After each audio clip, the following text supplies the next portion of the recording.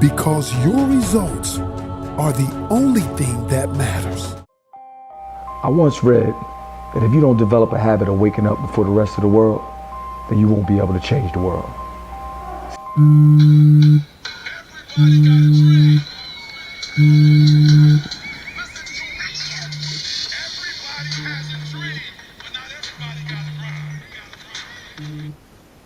See, the world belongs to those who get up early.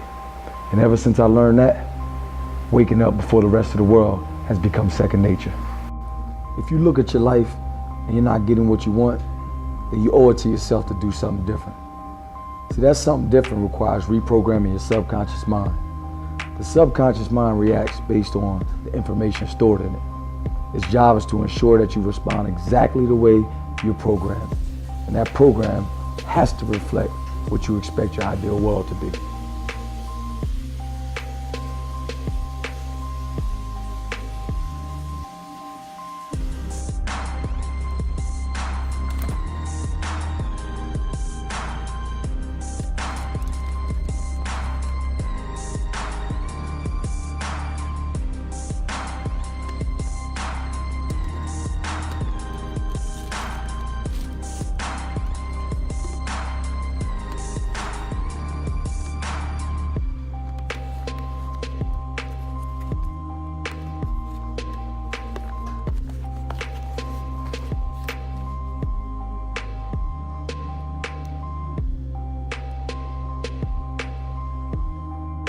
85% of Americans are unhappy with their jobs.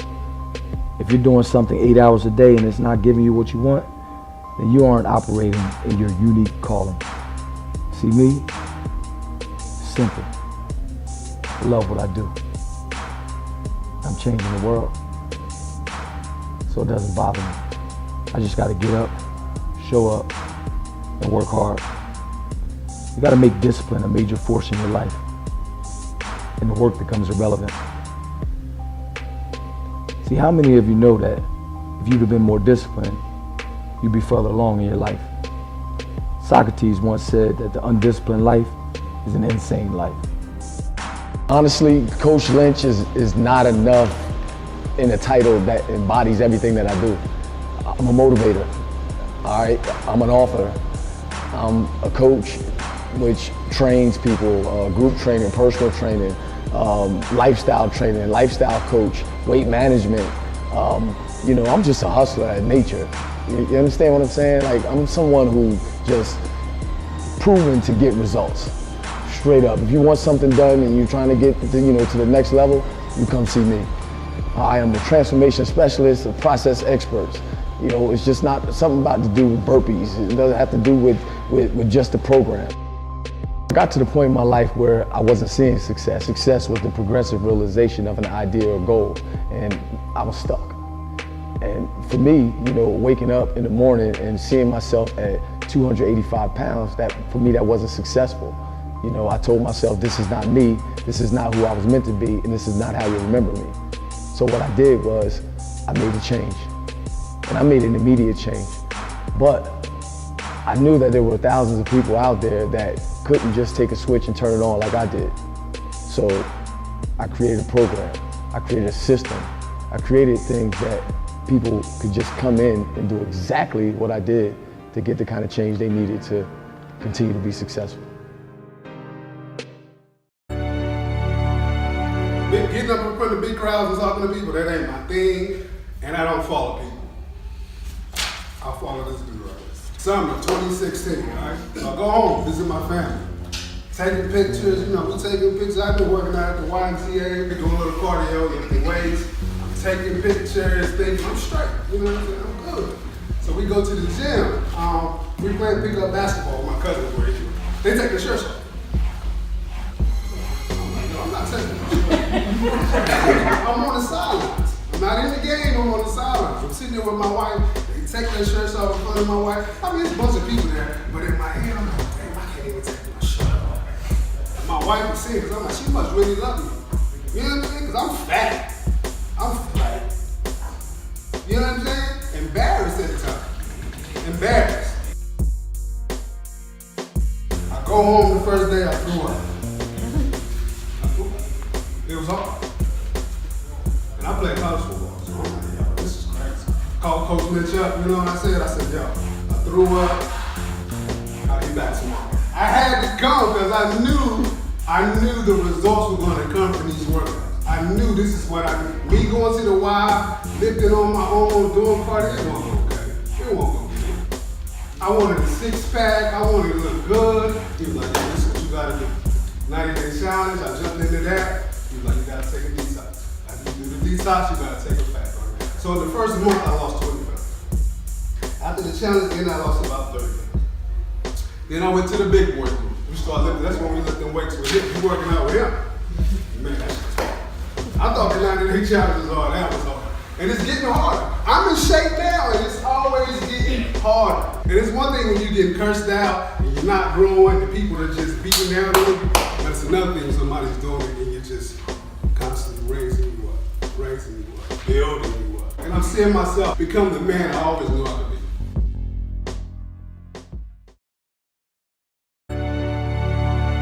You change your thinking, you will change your body. So it is real. I am a living testimony. Coach asked me to share my story, so I look at it as my success story, okay, and it's currently being written.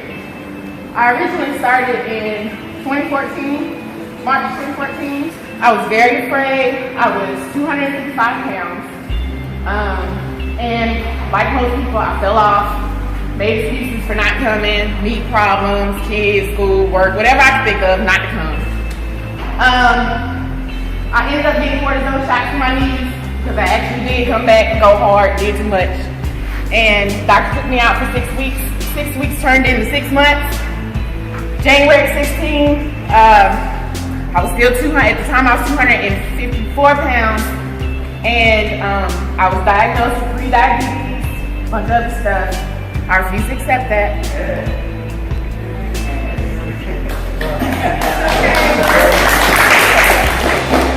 Mitch cussed me out. Yeah.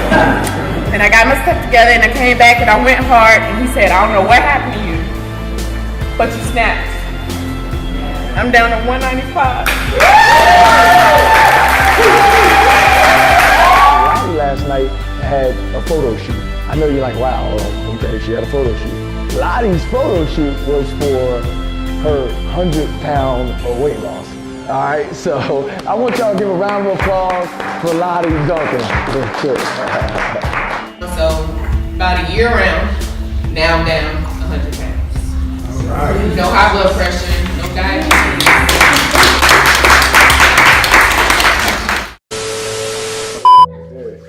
Knock your ass out. Nah. It's showtime. Woo! Let's ride. You ready? Yep. Countdown. 3, 2, 1. All right, so tell the people who the hell King Canyon is. Yep. King Canyon. Motivator. Coach. Empower. You know, sometimes butthole. But at the end of the day, I'm a person who wants to take people and help them grow to their maximum potential, period. Maybe you could tell me a little bit about your purpose. My purpose. You know, when you think about purpose, we all have a purpose. Everybody's got something they were born to do. I was born to help people, empower people, because I'm good at influencing folk, okay? I just didn't know, though, that I would be helping people in weight. Now think about this. I want you to think about something for a minute. I'm the fat kid of my whole life. I mean, I've had a weight issue my whole life. You know, I'm the fat kid hiding behind the weight, but I wanted to excel at everything else.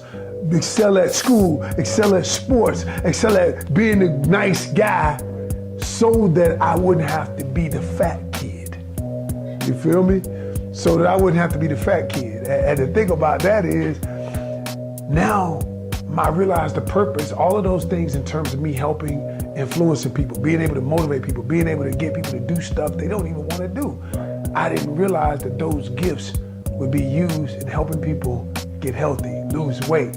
The very thing that I struggle with, I would use my talents to help others do. Only God can take somebody who is their weakness and make it a strength. You know what I'm saying? So I'm like, okay, God, I fought it for a long time though. What people don't understand is there are a lot of them out there, they're fighting stuff that God has told them to do. They're fighting it. Every day God is telling you, this is your destiny. But you can only walk into it when you choose to accept it. And for me, I finally, man, I struggle with that fat kid. That fat kid, am I insecure because here I am helping other people? What are others gonna think about me? But it was only when I got delivered from other folk that I could start truly helping people in this area. And I ain't really give a damn what they said then. But when I got to the point where I didn't care, I got free.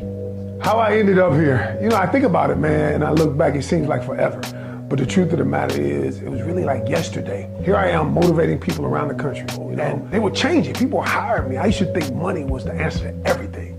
I used to just think they're paying me a big lump sum to come, I'm gonna come, right? I'm gonna do my job, I'm gonna go home. And pretty much I thought money was the answer. I thought money was my number one asset. And it wasn't until later that I realized that my health was my number one asset. I was coming back from one of my clients in Joplin, Missouri, and I was on this small plane. And it's one of those planes that has, it's got two seats on one side, one seat on the other side. And I knew it was small, so when I saw the plane, I'm like, oh snap. I go through my ritual, and my ritual is, number one, do I have a seat by myself? Because I didn't want to sit next to anybody because I was so big, I didn't want to take up their seat as well. And the second thing was I was worried about the seatbelt fitting. Now it's a small thing, but most people don't even have to think about whether the seatbelt is going to fit. That's where I was that day. And on this particular day, I got in the seat, I was sitting by myself on the road that only had one, just had one seat. And what I decided was, okay, I looked at the seatbelt, when I eyed it, it looked a little small. But I tried to put it on, and I tried, and I swear I got close, but it didn't work. And then I tried again, and at that moment, I realized it wasn't gonna happen. So I had to make a decision. Do I call the flight attendant over and say, listen, I need a belt extender to make the belt longer? Or just put my coat over my lap and just roll with it? At that point, I decided, you know what, do the right thing. I called her over and I said, hey, can I get a belt extender? I'll never forget it. She said, what'd you say? And I said to myself, miss, can I have a belt extender? She says, you need a belt extender? And everybody on the plane just looked at me like, who's the fat guy that needs a belt extender?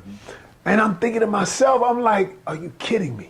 She gave me the belt extender, but throughout the whole flight, man, I was so angry. About halfway through the flight, I began to think about my life, and I realized that my anger was misdirected. Everything that brought me to that point, I should have been mad at myself. And I had what I call a C moment, a significant emotional event. After I got off that plane, I was fuming. But I realized something, that like I said, all of my decisions had brought me there. And I asked myself, number one, how can I lose 100 pounds? How can I keep it off? And how can I inspire people in the process? Because I had worked all of these years to help people transform their minds. And when I asked that question, when you ask a question, the answer always comes to you.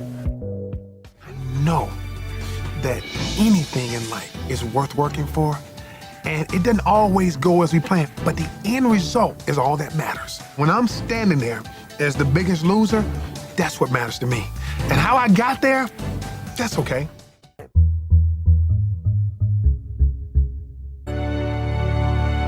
My name is Jeff McGill. When I met Ken about 9 years ago, I was 5'6" and about 175 pounds. Started the program with him and immediately started to drop some weight, dropped about 15 pounds in the first 2 cycles, and we continued it. I think I continued with him for about 8 cycles, which was a couple of years. It was specially designed for what I needed it to be. It challenged me every day. And there were results.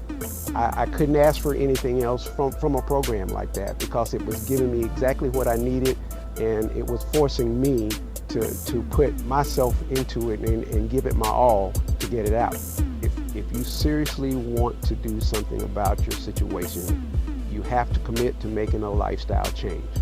That means you're going to have to change your diet. That means you're going to have to change your exercise regimen, and whatever it was, you just have to be prepared to let that go. You have to have an attitude that you're going to create a new normal for yourself, and that you're not going to accept any excuses from yourself or anybody else. You have to take control of your life, because if you don't, you will lose your life.